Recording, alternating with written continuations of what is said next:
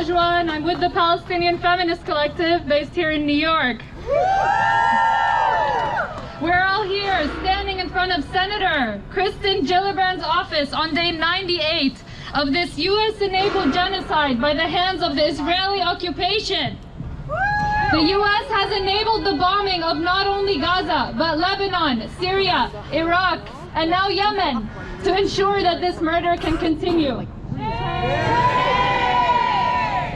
Since October, Senator Gillibrand, who claims to be a feminist and a women's rights expert, has been using her platform to spread Zionist propaganda to justify the murder of Palestinian men, women, and children.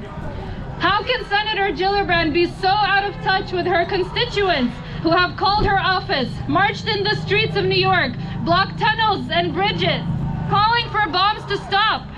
Instead, the senator takes the side of the occupation, acts on greed, receiving over $140,000 from AIPAC. We cannot stay silent while earlier this week Gillibrand traveled to Israel to offer words of comfort and support to the occupier. We cannot stay silent after she spearheaded a letter calling for Joe Biden to restock Israel's weapons on demand. We cannot stay silent following her heinous speech at the UN, calling Palestinians barbaric, evil, and claiming she had witnessed beheadings and similar claims that have been repeatedly debunked. During that speech, when the senator asked the international community to stand in solidarity with, quote, our mothers, our sisters, and our daughters, unquote, she never meant Palestinian women. Her solidarity has never extended to Palestinian mothers, sisters, and daughters, who she has issued death warrants to, with her warmongering and arms dealing. We refuse the weaponization of feminism to further these ends. Senator Gillibrand claims reproductive justice is at the top of her agenda. What possibility is there for reproductive justice under genocide? We know your version of feminism is rooted in white supremacy and that Palestine is a feminist issue.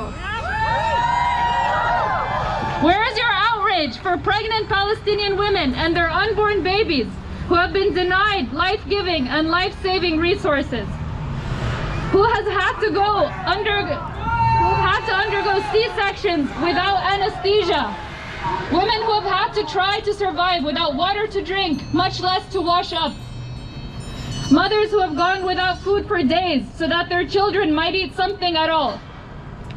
Israel is using starvation as a weapon against all of our people in Gaza and eradicating entire family lineages from the air by US-made bombs. Is that what you call reproductive justice? Our movement is justice. And you are not a feminist, and you do not represent me. Free Palestine! Free Palestine! Free Palestine! Free Palestine! Free Palestine! Free Palestine! All right, thank you. I'm going to pass it on to Dalia. Hi everybody, my name is Dalia. I'm a member of Palestinian Feminist Collective, also here in New York City. I echo the calls by my comrade and sister Najwa to shut down Gillibrand's heinous colonial feminism. We affirm today and every day that Palestinian liberation is a feminist issue. Zionism and occupation is sexual and gendered violence. It is an inherently white supremacist, anti-Muslim, anti-Arab, and anti-Palestinian ideology. Zionism is a colonial project that relies on sexual and gendered violence. The occupation means reproductive genocide, sexual torture of men, women, and children, surveillance of the private and intimate life and spaces of Palestinians, and pinkwashing. Shame. Zionism relies on the dehumanization of Palestinians by using terms like terrorists and human animals to justify genocide. In the last 3 months, we have seen a surge in rhetoric that demonizes Palestinian men, portraying them as savages, rapists, and baby killers. Zionism relies on these racist mythologies and stereotypes of misogyny and homophobia in Arab and Muslim culture to present itself as supposedly progressive, feminist, and LGBTQ friendly and superior. We will not tolerate these racist, white supremacist tropes. Zionists conceal and distort evidence of extrajudicial killing, torture, displacement, home demolitions, and labor exploitation. So ending sexual and gendered violence requires comprehensive Palestinian social, political, and economic liberation. The occupation must and will be dismantled. Black feminists, Palestinian feminists, feminists of the global majority have taught us that none of us are free until all of us are free. So free, free Palestine! Free, free Palestine!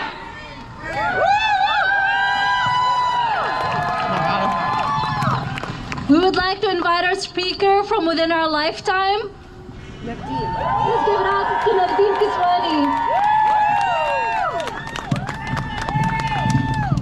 Hello everybody, my name is Navdeen Kiswani. I'm with Within Our Lifetime, and I just want to make one observation before I start speaking. It's interesting that at the march, at the feminist march for the Palestinian Feminist Collective, you have an unhinged Zionist man circling us around, attempting to harass and intimidate women, yet they want to claim that they care about women and that they care about feminism. This is a perfect representation of everything Zionism stands for. But we will not let him dominate the narrative. We will be stronger. We will be louder. We are more powerful because we are on the side of justice. The struggle for Palestinian liberation is indivisible from the struggle for women's liberation. And anybody who claims that they are a feminist or that they support women's liberation must necessarily be anti-Zionist.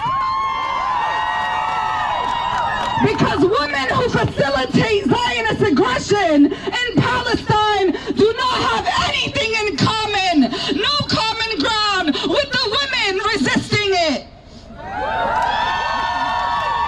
As we stand outside the governor of New York State's office, Gillibrand, remember that from 2019 to 2024 alone, her top campaign donations came from AIPAC, nearly $200,000. And that doesn't include the contributions she received in her other campaign cycles. As you have heard from the speakers before me, she just came back from a trip to occupied Palestine to meet with Israeli leaders. And after returning, she made speeches at the UN and US Congress vilifying and demonizing the Palestinian resistance, perpetuating the same tropes that many colonial feminists use, accusing Palestinians of committing acts of extreme and widespread sexual violence on October 7 and using it to justify the ongoing genocide of Gaza. But we know there hasn't actually been proof or evidence of these accusations, just more lies from New York Times articles, more lies from the same media companies that peddled the lie about 40 beheaded babies, only for that narrative to crumble. And while she repeats these bogus claims, remember, the reason that we are here first and foremost today is that 30,000 Palestinians have been killed or have been missing under the rubble. In just the last few months alone, at least 11,000 of them children. And when many of these accusations against the resistance have been debunked by the families of these Israelis, so-called Israelis themselves, there are actual Palestinian women, men, and children who have been sexually assaulted and abused by the Israeli occupation forces for decades, with many human rights reports on it. This has been well documented. It has always been the Palestinians on the receiving end of extreme sexual torture and violence, and there is no record, no history of this ever occurring the other way around. There has never been such false accusations like this, and mark my words, they will crumble because they are using this to manufacture consent for genocide in Gaza. Gillibrand votes for every single aid package to the Zionist entity, including saying that she wants to replenish the Iron Dome stocks. She bragged that she was personally responsible for sending $500 million a year towards these programs dating back to at least 2012. So when we say that she has blood on her hands, this is not rhetorical. But her actions are not surprising, as the city, the state, and federal governments, along with the New York Police Department, have grown desperate to stop us from taking to the streets and fighting for liberation. As you can see behind me, that is their drone surveillance truck right there, right behind me, that they are setting up right now.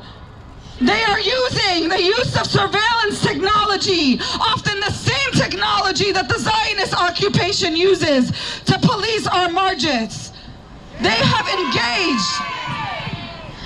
engaged in aggressive, often illegal tactics to attempt to scare us into backing down and calling our numbers. They have regularly attacked protesters, including minors, including mothers with their children, with no reason provoking such escalation. And beyond demonstrations, they continually monitor and censor our individual speech and social media activity. Don't give him attention, because what we are talking about is important.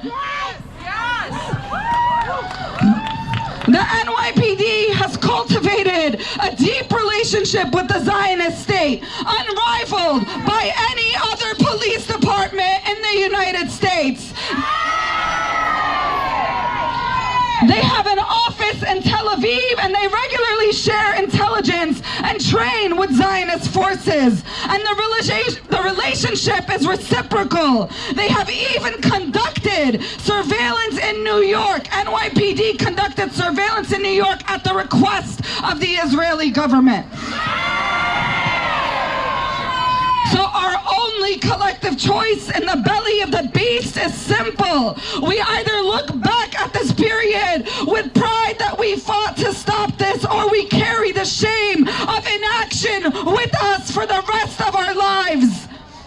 And to the forces of repression, whether mobilized by the state, by the city, by Gillibrand, by Adams, by Biden, or Zionist organizations and individuals seeking to suspend us from our schools, get us arrested, doxxed, deported, and all these other threats they come with, know that we will defend each other. We will not be forced into silence as in the days past. We are outside and we are louder than ever, and women are on the front lines of this movement in the United States right now to defend every single one of our people back home, men, women, children, who are leading the fight for Palestinian liberation from the river to the sea, every single inch, not just until